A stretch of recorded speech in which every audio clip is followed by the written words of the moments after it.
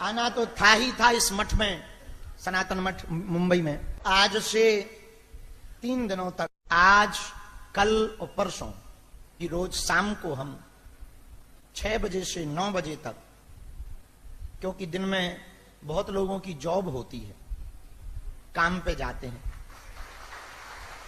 हमारे चक्कर में वो जॉब छोड़ के आ जाते और कई लोगों को बड़ी तकलीफ हो जाती। तो हमने ये भैया वीडियो बना के जरूर डालो। 3 दिनों तक हम सनातन मठ भिवंडी में रहेंगे और रोज शाम को 6 बजे के बाद 6 बजे से 9 बजे तक यहीं पर मिलेंगे। दिन में हम अपनी पूजा पाठ करेंगे, दिन में हम जिनके उतारा है, भभूति है, वो कर लेंगे। शाम को ही अब हर बार जब भी हम आया करेंगे शाम को ही लगाया करेंगे। उससे क्या होगा, किसी की नौकरी ना छूटेगी, किसी को कष्ट भी नहीं होगा, क्योंकि कई लोग बेचारे भाव में कहते नहीं हैं पर झंझटें तो झेलनी पड़ती। और जब कार्यक्रम हुआ पड़े करेगा, कथा या उत्सव, तब छुट्टी हम खुद कह देंगे, ले लो बच्चों छुट्टी। इसलिए हमारे पास कोई आता हम क्या कहते हैं, आप हमसे मत जुड़ो। किससे जुड़ो? क्यों? हम धोखा दे सकते, हमारी मति खराब हो सकत, हम बिगड़ सकत, वो नहीं बिगड़ सकत।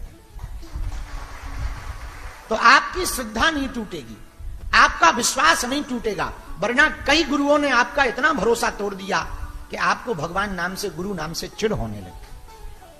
और हम फिर से नहीं चाहते कि हिंदुओं की ये चिढ़ बढ़े या हिंदुओं को ये खामियाजा फिर से भोगना पड़े। वो कोई भी हो, आप व्यक्ति को मत पकड़ो, व्यक्ति के व्यक्तित्व को पकड़ो।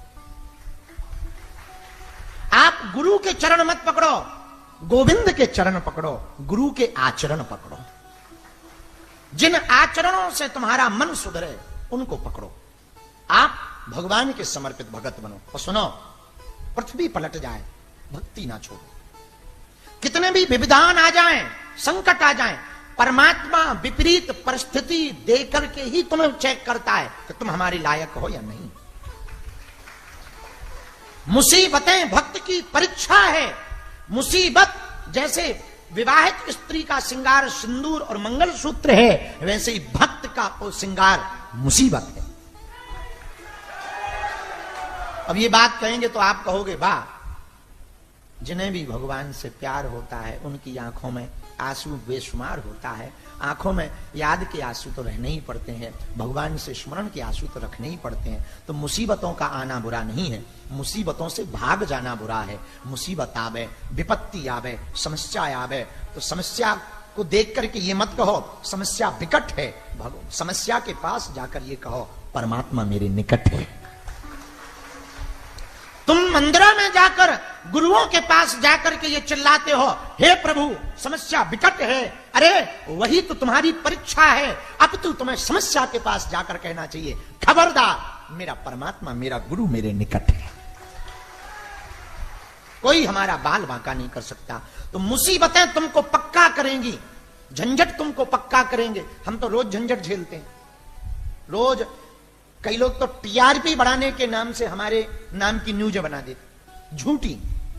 उनमें लेना देना जमीन आसमान तक का नहीं। झूठे वीडियो बनाते, झूठे झूठे ना जाने क्या क्या करते, पर हम कभी ना तो सफाई देते ना विचलित होते।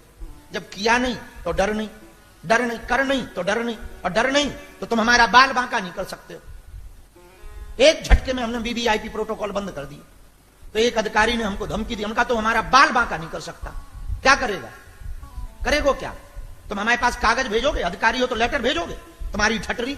हमने कोई गलत काम ही नहीं किया, चाहे जौन सी जांच कर लो हमारी, हमारा तो बाल बांका। हाँ, लेकिन हमारे हनुमान जी रीझ गए, तुम्हारी सो जांच बहुत बुरी हो जाएगी। हम साधु महात्मा आदमी, सीधे साधे आदमी, आपको जो लगे सो आप करो, बुरा ना मानो। हम किसी के विरोधी नहीं है। जो आदमी जो अभय होकर के बोल रहा, तो समझ जाना, उस जो आदमी बहुत दम के साथ बोल रहा, समझ जाना वो आदमी निश्चल से, हृदय से पक्का है। तुम हमको लपेट सकते हो पर सिद्ध नहीं कर सकते। झूठ बोल करके मुंह चला सकते हो पर बिगाड़ नहीं सकते। वही हम आपको कहना चाह रहे हैं। यदि आप सत्यवादी रहेंगे, यदि आप यथार्थवादी रहेंगे, अंदर बाहर से पक्के रहेंगे, लाख लोग तुम्हारे खिलाफ खड़े हो जाएं, तुम्हारा बाल बांका नहीं होगा। जीत सत्य की हो। तुम झूठ बोल करके कुछ दिनों के लिए दुनिया को आकर्षित कर सकते हो, पर सत्य बोल करके हमेशा के लिए दुनिया को अपना बना सकते हो। अब यदि कुछ दिनों का आनंद लेना है तो झूठ बोलो, सब दिनों का आनंद लेना है सत्य बोलो। कुछ दिनों के लिए संसार में रहना है तो जगत के गुलाम बनो, और हमेशा के लिए जगत में रहना है तो माधव के गुलाम बनो, बालाजी के गुलाम बनो। और हनुमान जी जैसा कोई दूसरा देवता नहीं है। इसलिए आप सब हमारी आत्मा है। आपको हम अंत में यही कहेंगे, अपनी विपत्ति से घबराओ मत। तुम्हारा नाम पर भरोसा दृढ़ होना चाहिए, धाम पर भरोसा पक्का होना चाहिए, हनुमान पर भरोसा पक्का होना चाहिए। एक दिन काली घटा छटेगी, उजाला होगा, दुख को हारना पड़ेगा। दुख की क्या, इंद्रादि लोकपाल में रहने वाले बड़े बड़े कपिंद्र मुनिंद्र देवेंद्र, इनकी सामर्थ्यता नहीं है कि तुम्हारा बाल बांका कर ले यदि परमात्मा तुम्हारे साथ हो। मुसीबतें मिलेंगी आपको, पर विपत्तियां मिलेंगी आपको, पर विजय तुम्हारी होगी। मरते सब हैं, पर जो राष्ट्र के लिए मरता है वो शहीद कहलाता है। मरने में भी अंतर है।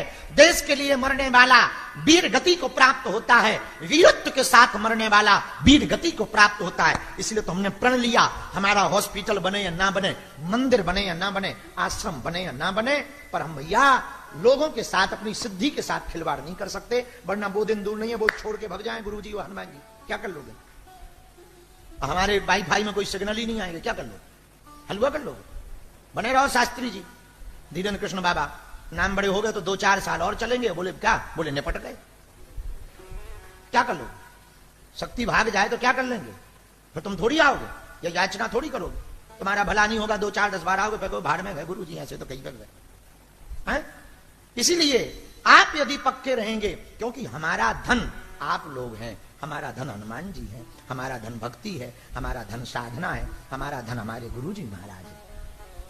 तो मुसीबतें तो आएंगी ही, मुसीबतों से लड़ने का एक ही उपाय है, अंदर का कॉन्फिडेंस बहुत बढ़िया रहो, अंदर बाहर से एक रहो, अभय रहो, डरो मत। जो होगा हो ही सोई जो राम रची, को करी तर्क बढ़ावे शाखा। जो भगवान को करना होगा, भगवान जो करेंगे अच्छा करेंगे। यदि तुम बालाजी के रहोगे तो अच्छा करेंगे, नहीं तो हलवा अच्छा करेंगे। और तुम दो नाव पे पांव धर लो तो निपटोगे। तुम कहो इधर बाहर से तो कहो सब भगवान है, अंदर से कहो हैं भी कि नहीं है, तो हलवा हो जाएगा। कृपा पाने के लिए पूर्ण समर्पित भाव से नतमस्तक रहना पड़ता है, दृढ़ रहना पड़ता है, अपने आप के अहम को खोना पड़ता है। अहमत्व को खोकर देखो, बुरा ना मानना।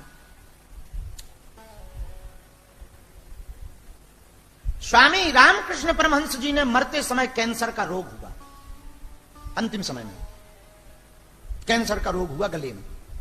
कौन? रामकृष्ण परमहंस, विवेकानंद जी के गुरु जी।